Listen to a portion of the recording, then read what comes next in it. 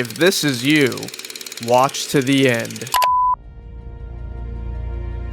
Okay, so I've been seeing a lot, and I mean a lot, of tips videos on this game, and I'm not gonna lie, they are almost all like, yo, shoot the rotors of the drones, yo, shoot the back rotors of the Hornet. Oh my god, wait, get this? You can run a free kit if you lose too much gear. I bet you didn't know that.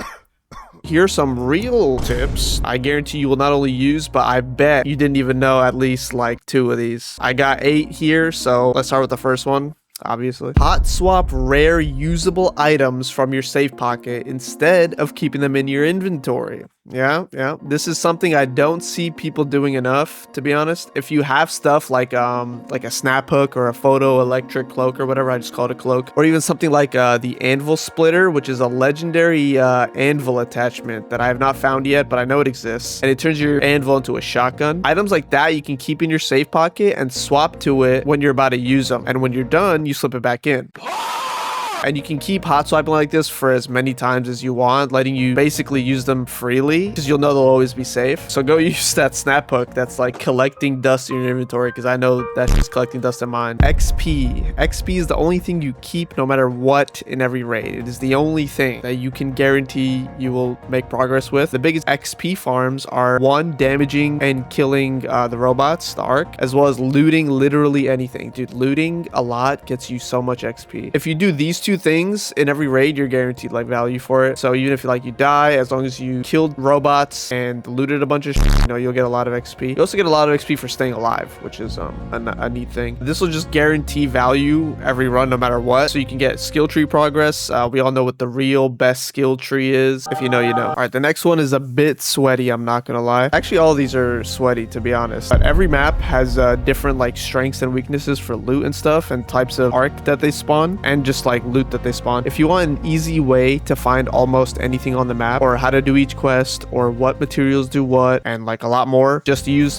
this website I'm using on screen. It'll be the first link in the description. This is crazy. All right, the next one is a big quality of life thing that I'm pretty sure only Arc Raiders has for this genre of game, and that's doing quests in a squad is much more efficient than solo. If you and like someone else in your squad have like the same quests to do, only one of you need to do them for it to count for like the entire squad. The only thing is it doesn't count for quests where you gotta bring something back alive to like give in to the traders or the questers. This mechanic also applies to like feats, which are the dailies, and the ranked trials too, which is actually crazy. So like you could go roll up as a squad and do all the ranked stuff, each of you, and it would count for all of you. It's pretty nice. Tip 5 is easy to miss, but some of you might know that's the heal over time effect can get interrupted while they're healing you. So any bandage, any green shield charger, or arc power cell, this means like if you pop a heal and it's like healing you over time, you're like, oh, I'm good, and then take fire from either arc or a player, it's gonna stop the heal immediately. So you have to not fight when you pop one of these heals. All right, this next one I got is always breach a door or anything that you can breach on the farthest edge of it. So like the leftmost edge or the rightmost edge. If you don't know what I mean, I'm showing it in the gameplay right now. This lets you fully have vision directly behind you, so you can spot anyone trying to sneak up on you while you do it. Because normally if you breach from like the middle or just like a normal breach, you can't look behind you. It'll like stop your cam from going back there. But if you loot from the edges, you can look all the way behind you.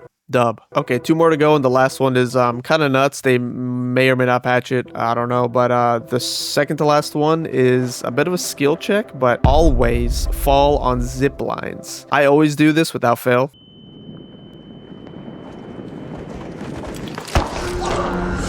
If you fall down a zip and grab it a bit before you hit the bottom, you will not only save like so much time from like really long descents, but it's also completely silent until like the end where you grab it. So players are like not going to hear you zipping until it's like too late. Just make sure you like grab the zip with a little bit of room left. If you grab it too late, you can